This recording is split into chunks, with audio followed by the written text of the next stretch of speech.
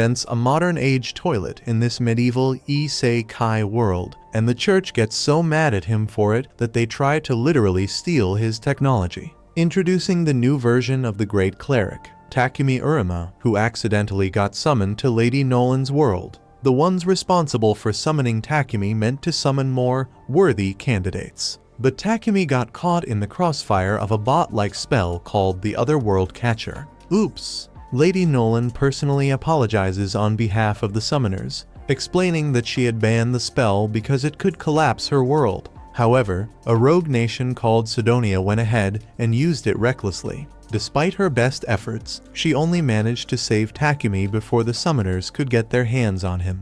Takumi's quick solution? Just send me back. But nope, no can do. She's locked down the Otherworlder's spell for good. And to make matters worse, Takumi's now without a physical body. Lady Nolan offers him a fresh start in a new world, deciding to send him to a nation with no Otherworlders, and gives him a blessing to make him ridiculously powerful. The goddess explains the world's job system, and Takumi, not a fan of fighting, asks for a non-adventurer job. She obliges, gives him some handy skills, and sends him off to live his new life. Bro literally crash lands on the continent of Asgard and expresses how awful this entire experience was. He goes near the river to take a breather beside the fresh flowing water, and sees his new face for the first time, which is becoming the new generic isekai protagonist face. He's wearing the typical clothes of an aristocrat and also has a bag with him that might turn out to be useful. Takumi opens the bag to find some food supplies, water, and some gold coins as well. With the basic things taken care of, thanks to Lady Nolan, Takumi decides to have a look at his status menu to see what type of skills he was given by Nolan before being sent here. The system menu is showing the blessing he received from Lady Nolan at the end of the list, which concerns Takumi because if people in this world can see skills and blessings of others, it will draw unwanted attention to him if they were to know that Takumi has the goddess's blessing. So, he decides to conceal the blessing from public view, along with the item box, as that could also be considered a cheat item. With that done, Takumi then focuses on looking at his active skill, where several level 1 magic skills are listed. Having never experienced magic before, he decides to try his newly acquired skills to see if he can really use them. Not wanting to use flame magic in this wild forest, he activates a water-type spell instead, which allows him to generate a ball of water. He then tests wind and rock magic, and both seem pretty nifty in case of combat. After getting adjusted to his new body, Takumi begins looking for a village and comes across some really high-quality wood that he instantly turns into a spear using his blacksmith skill. Using his appraisal skill next, he collects all types of rich medicinal plants in case of emergencies and stores them all in the other dimensional item box. Out of nowhere, a young girl named Molly starts running out of the rushes, being chased by a huge, ferocious rabbit. She hides behind the young man, seeking his help, and he doesn't let her down. He uses his spear to literally one-shot the horned rabbit in the head. Hunting down this wild animal unlocks the warrior job for him, even though he doesn't want to be one. In any case, he makes sure that the kid is okay and learns that she came here to the woods to collect some medicinal herbs from the nearby village. Because his goal was to find a village, he tags along with Molly and stores the rabbit in the item box right in front of her, forgetting the fact that he shouldn't show off his cheat skills to the people of this world. Meanwhile, at the Holy Sidonia Empire, 3 high schoolers find themselves in a large hall suddenly, and are welcomed by a cloaked woman who greets them as the new heroes of the world. Before explaining everything to them, she introduces herself as the first empress of this empire, Elizabeth, and takes off her cloak, revealing her creepy face. One of the heroes, Akane, unintentionally uses the blessing she received from Lady Nolan, which leads her to realize that Elizabeth is the type of woman who shouldn't be trusted. At this time, Takumi and Molly had already gotten to Board Village. Banga and Martha, Molly's father and mother, thank him for saving their daughter's life, and with that, he asks for permission to reside with them in the village for a short while. His request is granted almost immediately as they set out to build him an apartment. He is first shocked by the idea of building him a house, but he soon settles to help them out. Following this, he tries to use magic to level the floor, but he falls to the ground due to the intensity of the energy. The villagers are surprised that he can use magic, but are relieved and happy at the same time. They assured him that they would complete the building earnestly. Within a very short period, his house is ready and fully furnished. Having settled into the apartment, he decides to use his tiny brain to channel his inner blacksmith to create a new weapon. He makes use of the different types of iron ore he gathered, coupled with the magic iron ore, and hopes to use this to make some ingots. Even though this would normally require a large furnace, he uses his alchemy to melt the ores and mold them into an iron ingot. Since this was successful, his imagination runs wild with different options of things he could create using iron and copper. Later that day, Molly comes to invite him for dinner and finds him passed out from exhaustion in his apartment. He had used too much mana and ended up passing out. Fortunately, Molly found him just in time to get help. Just then, Martha scolded him while Banga gave him some healing potion to heal himself fully. Ignoring them, he continued to perform his alchemy, but under the strict supervision of Martha and Molly. Using his alchemy skills, he was able to extract different metals and make different utensils for the villagers.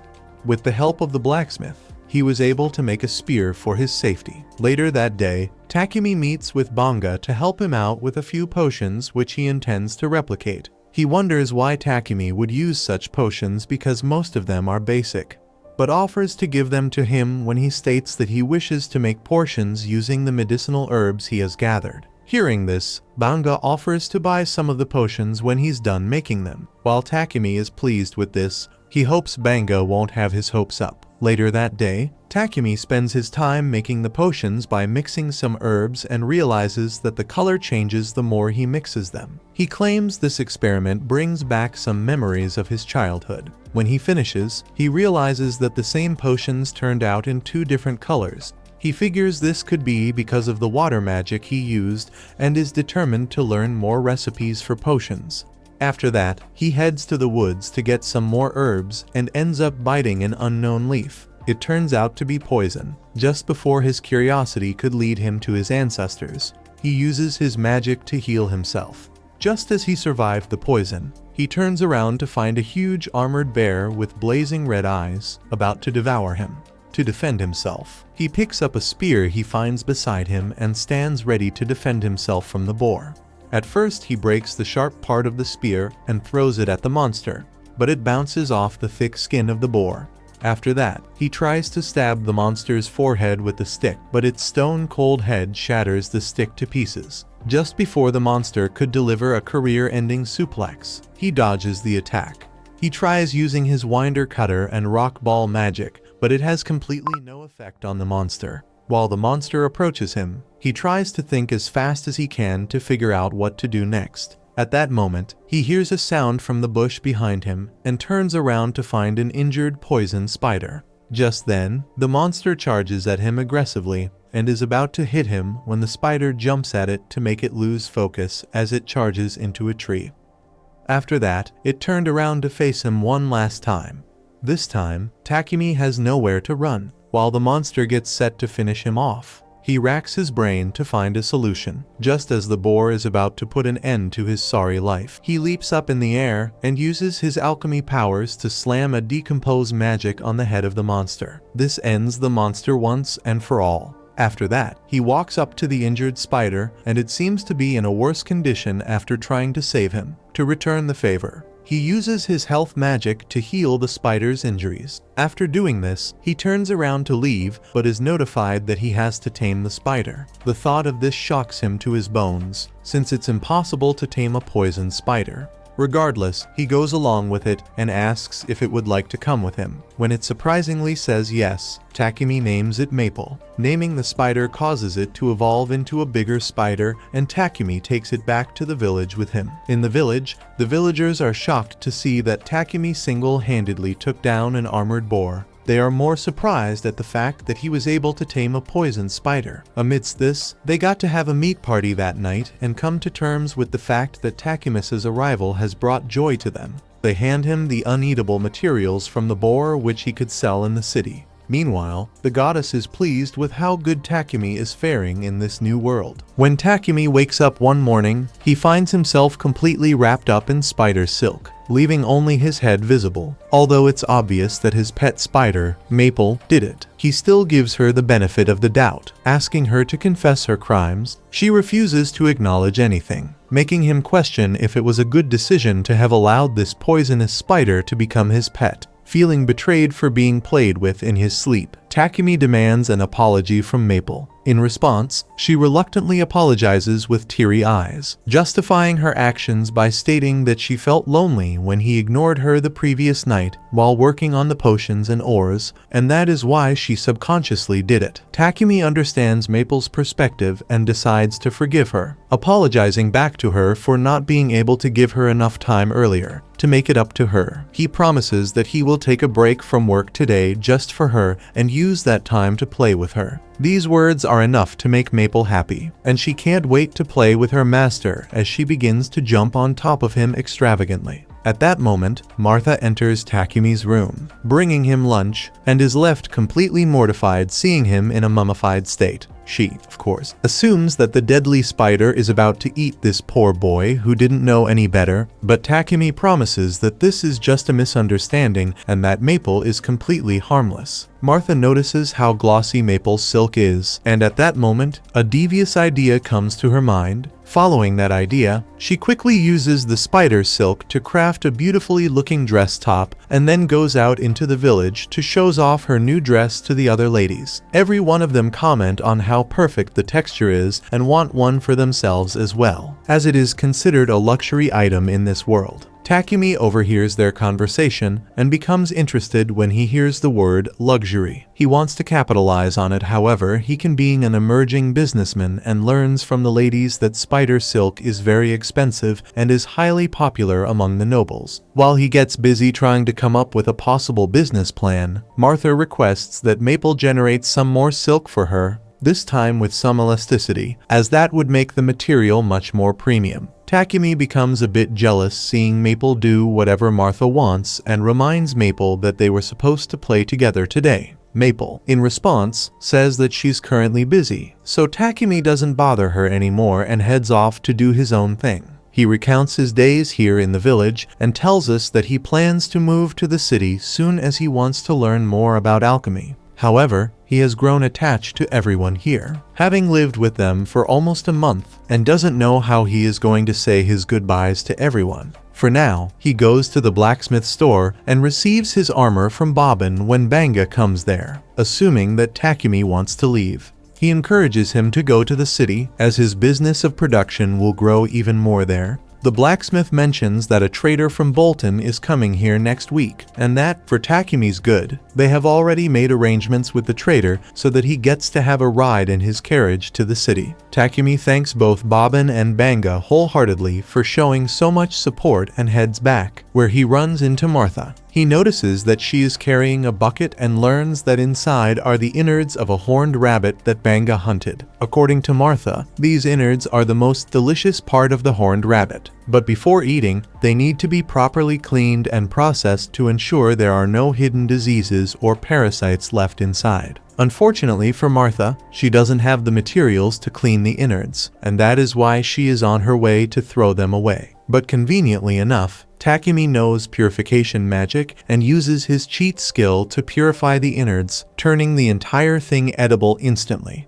Apparently, the magic spell he just used falls under the light magic class, prompting Martha to alert Takumi not to show his magic to everyone because there are only a few known people in this world who can use light magic. It's so rare that the wrong people might try to do all sorts of things to get their hands on Takumi's skill. Before Takumi gets scared, though, she assures him that the villagers here won't cause any problems, as none of them are greedy, but the problem will arise once Takumi steps out of here and heads into town. He thanks Martha for her much-needed advice and becomes so grateful to the villagers for their unconditional help that he spends the next week or so working on the village's development. After adding 10-15 meters of high walls surrounding the village to keep everyone protected, he also installs his own created medieval tube well for safe drinking water. On the day of his departure, the trader named Papik arrives at the village and becomes intrigued by the quality of Takumi's potions, realizing that he might have just gotten his hands on a hidden treasure.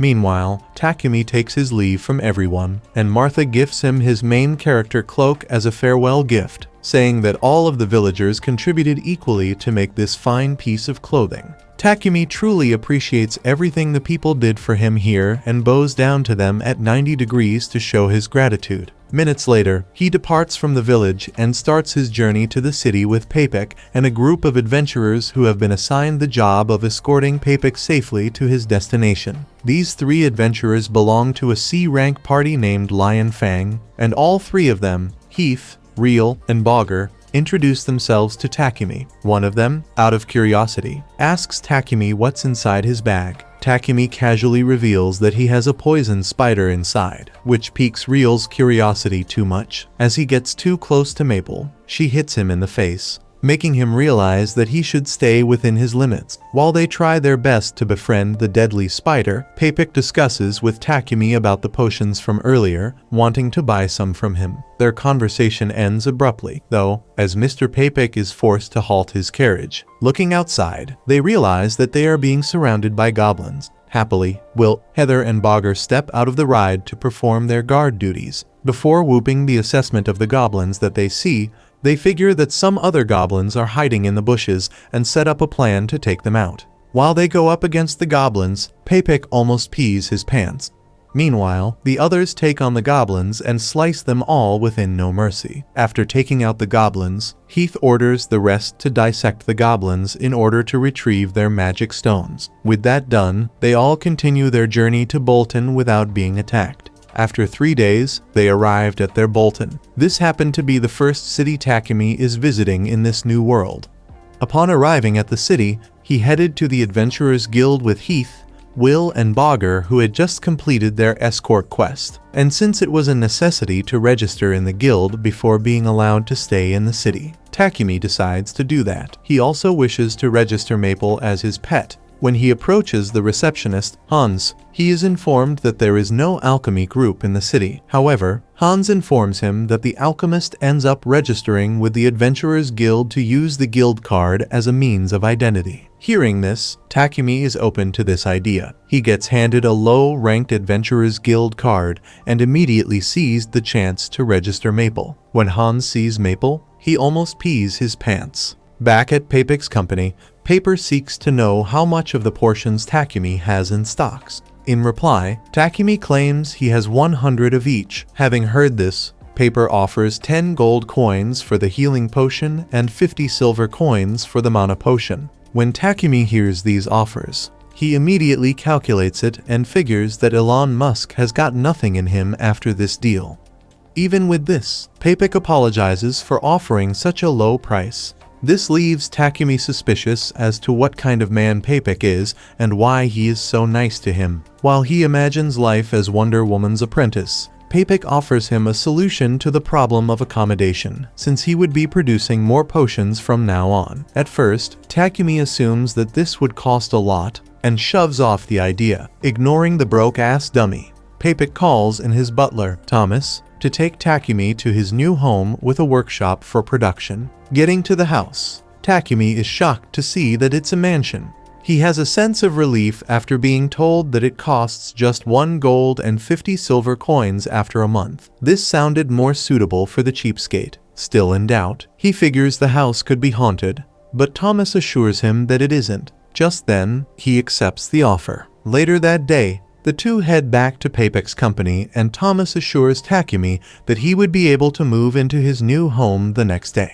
On their way, Takumi senses a bad smell coming from somewhere. "Hey, you watching this? Did you just fart?" Anyways, he goes on to reveal that he has been perceiving this foul stench since he came into the city. Just then, Thomas reveals that it is the smell of the sewage underneath the city.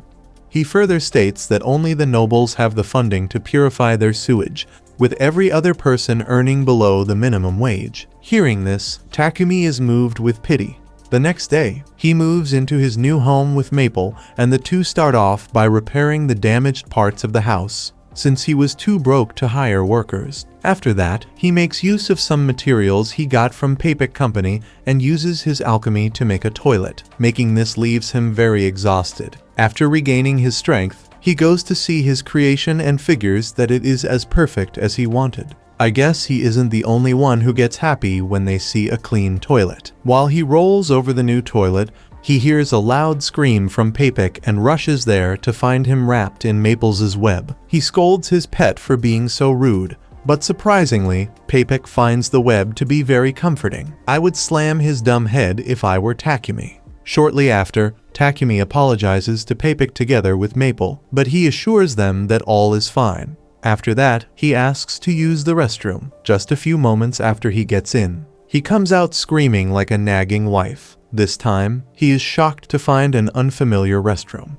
Due to this, Takumi educated the ugly-faced illiterate by telling him what a toilet is. He also claims to have put in a magical device in the toilet, which makes Papik figure out that Takumi could use light magic. Even though this was meant to be a secret, he has just been caught. Ignoring this, Papik asks if he can make 100 of the toilets, and although he finds this number to be outrageous, he eventually admits to the possibility. Since it would be impossible to do this on his own, Papik suggests that he gets more workers to help him. To make things easier, Papik suggests he just gets a contract slave, which would be able to keep his magic secret and do all the work he wants them to do. He tries to make Takumi know how dangerous it would be for him if it was found that he had an aptitude to light magic.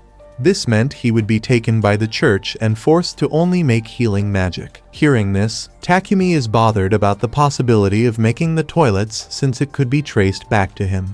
However, Papik assures him that he would find a way to make sure it isn't traced back to him. While they talk, a shining light comes from his guild card informing him to take a simple quest within a month or cease being a member of the guild. Due to this, he realizes the importance of getting more workers and takes up Papik's offer of getting a slave. The two head to Mulan Company to get a suitable slave. On getting there, Takumi wanders around and finds himself lost at the sight of a beautiful elven girl. Would he end up rizzing her up? Only time will tell. The elf girl doesn't know how Takumi managed to get in here, but she is adamant that this place is not meant for children, so she insists that Takumi head back immediately. I don't know if Takumi has heard anything she's just said, as he looks completely lost in her beauty. Regardless, he proceeds with Papik anyway, as all of this is that man's idea, and meets the owner of the trading company, Mulan. Papik explains their reason for coming here, telling the owner of Milan that the kid beside him, Takumi, is looking for a contract slave. Papik also mentions how reluctant Takumi is about making a slave contract, as he has never done that or even seen it happen in the land where he was born. The owner of Milan assures Takumi that everything will be fine on both ends, as the slave is bound by the contract to give service to their master. However, according to her, in the kingdom of Barkula, slaves' rights are protected. For example, the owner must pledge to provide their slave with food, clothing, and shelter, and must never treat them like the way some cotton farmers were treated. There are many rules, such as both the master and the slave being forbidden from causing each other life-threatening harm.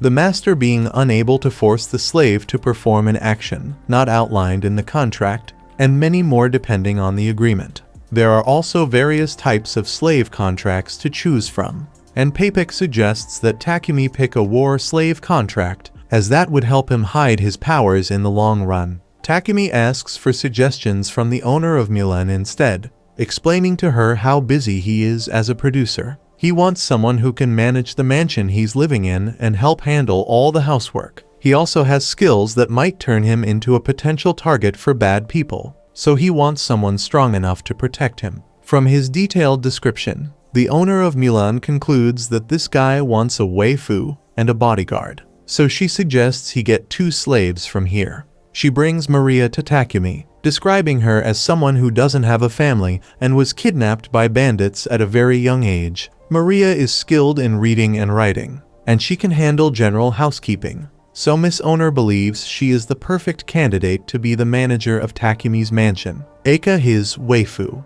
Takumi, becoming shy at the idea of having a hot girl in his house, gets flustered and blushes while telling Maria about his mansion. asking her to confirm if she won't have any problems handling such a big house. Takumi also casually blurts out how cute Maria is, which confuses him, as he figures someone like her would have plenty of takers.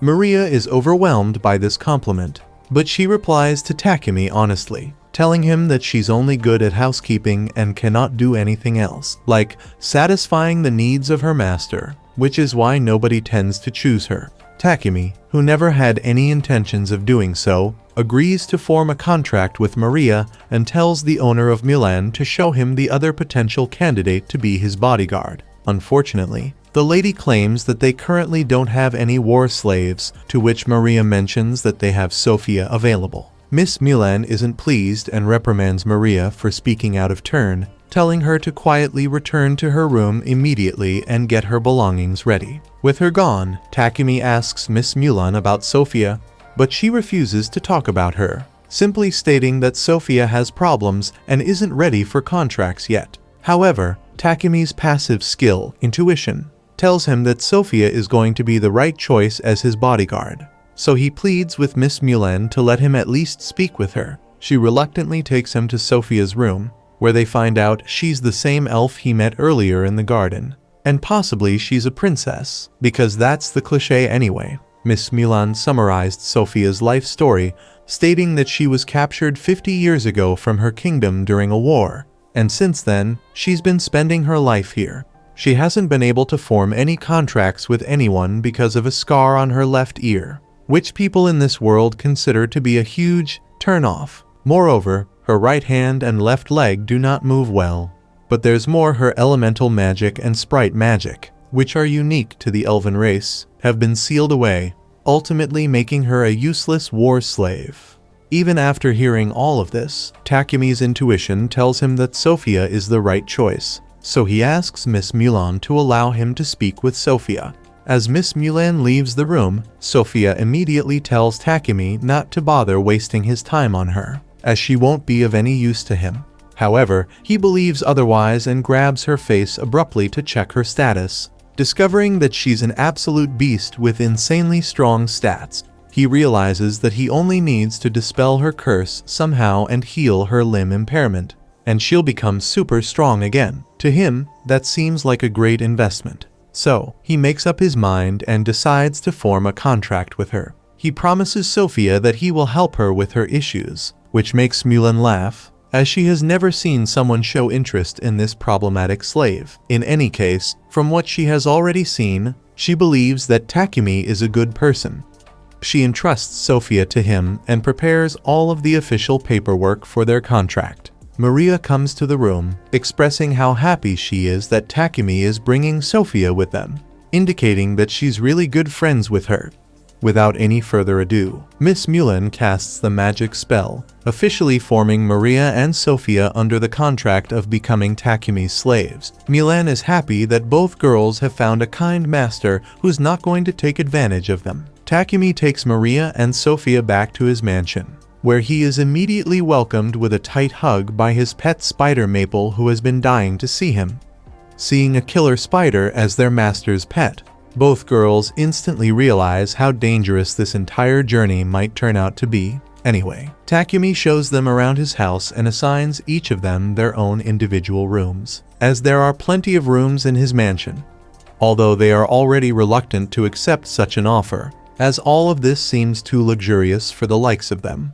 Takumi still mentions that there's also a large bath they can use, which has a magical device set up to keep it constantly clean. He suggests that both girls unpack and use it to get refreshed. While Sofia and Maria have their bath, Maria blurts out her surprise that their old master, Milan, agreed to let her go so easily. She recounts that Milan has never let go of any of her slaves, no matter the amount being offered to her. The fact that Takumi was able to achieve this makes her happy. Sofia, on the other hand, is suspicious of the fact that Takumi left little detail about who he was in the form he filled. She wonders if he is hiding his identity for good or for bad, wishing to know what he has in mind for them. He could use them for some workout sessions, don't you think so? When the two are done bathing, Takumi prepares dinner for them. Seeing the food, Maria is angry and disappointed that he cooked the food by himself, knowing that this was her job. This makes her feel unfulfilled and less of herself. To calm her weird-ass nerves, Takumi promises to let her cook from tomorrow.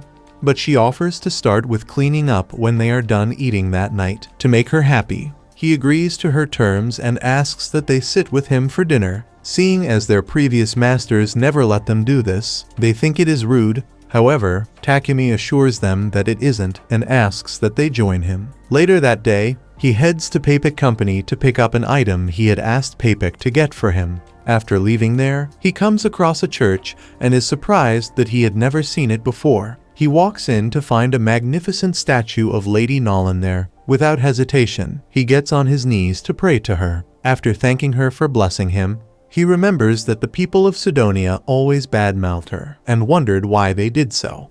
At that moment, she reveals herself to him in a bid to answer his question. Seeing her makes him lose his non-existent cool. He begins to squabble like a little girl at a Beyonce concert. Ignoring his childish demeanor, she reveals that she has nothing to do with the church in Sidonia.